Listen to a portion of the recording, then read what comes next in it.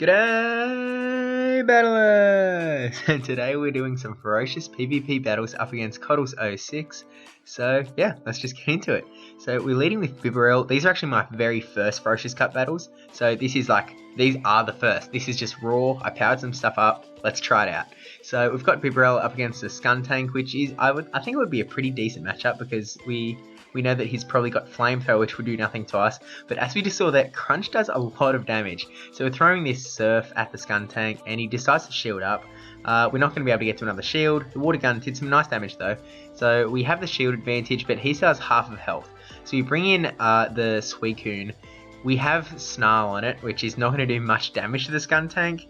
So we decide to shield up the Crunch. I'm not sure if that's really the right move at this point, but we are only running the Hydro Pump so far because I do not have the 100 candy to get a second move, and I don't know if I want to spend the dust. So he does tank the Hydro Pump, let it go through, and yeah, down goes the Skun Tank. So he brings in Alolan Eradicate here, getting off a charge move, and I decide to shield up, I guess, because I want to try out Suicune, because at this point Suicune was still like number 2 on PV Poke.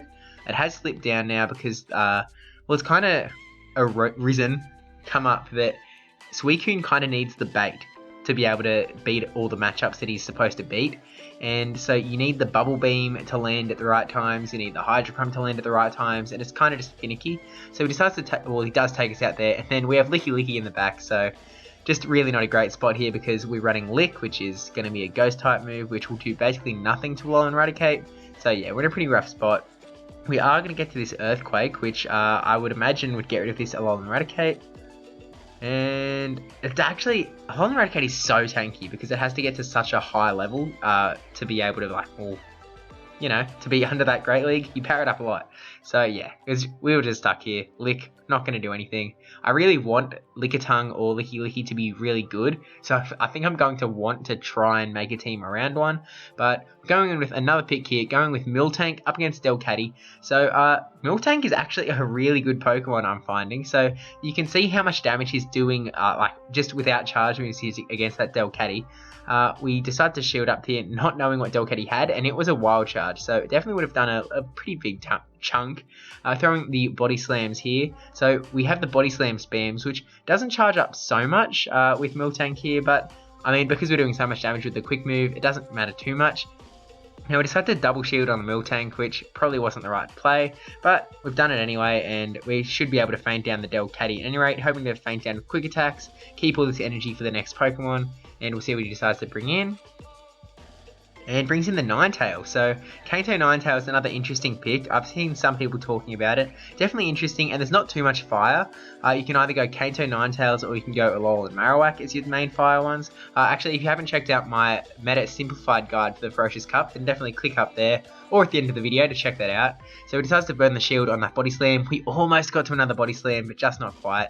So he has the energy stored up, ready to fire on here.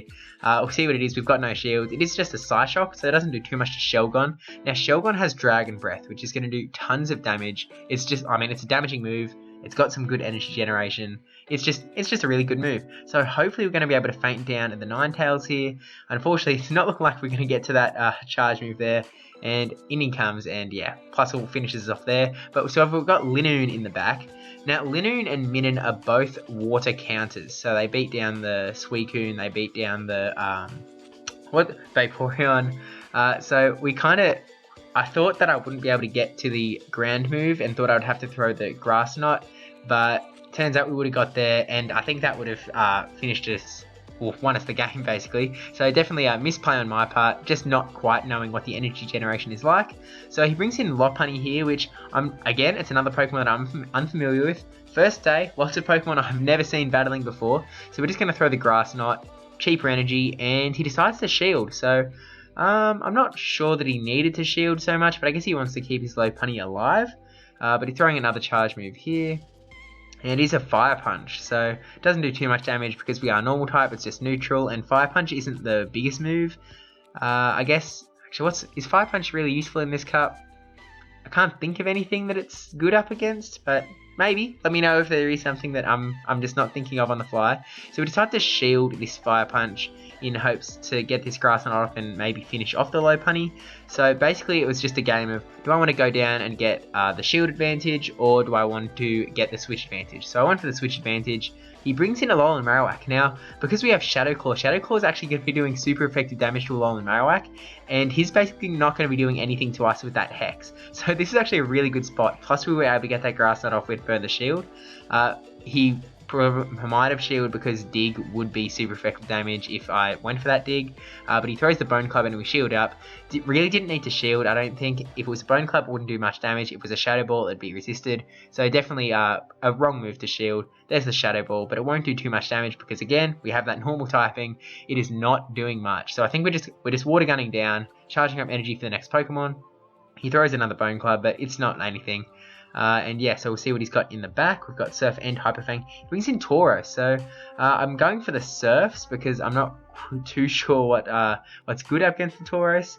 And that's a chunk, so if I can get another Surf off, then that is GG. So yeah, here comes the Surf, and this should finish off that Tauros. Quick Smart, and yeah, down goes the Tauros. So again, a lot of these are not the meta picks you're going to be seeing, but this is just experimenting, putting some feelers out, finding what's good, and yeah, I mean, it's fun. It's fun. It's definitely a fun meta. So we've got Shelgon versus Kanto Ninetales here. We're going to be doing some pretty good damage with the Dragon Breath. So you can see we're doing way more damage than Ninetales is doing. Ninetales has already got to that charge move though. We don't really have a charge move that we can spam here. This is Psyshock, which we can tank one, and we're going to get the Dragon Pulse off after charging up a little bit of extra energy. So we'll see if he decides to shield the Ninetales or not. Decides to shield up, so we're going to have to shield the next charge move in hopes that we're going to take down the Ninetales. So yeah, going to burn the shield here, hope that we can take down the Ninetales, keep that switch advantage.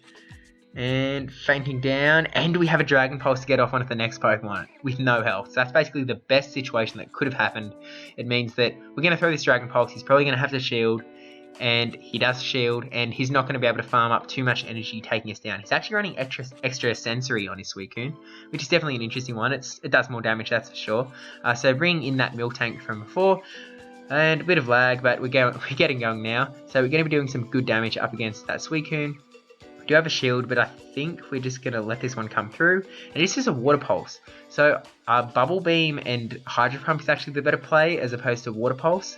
Water Pulse is kind of just, there's no real upside with Water Pulse, I don't think. We get that Body Slam off, hoping to faint down with Quick Attacks, which we are able to do.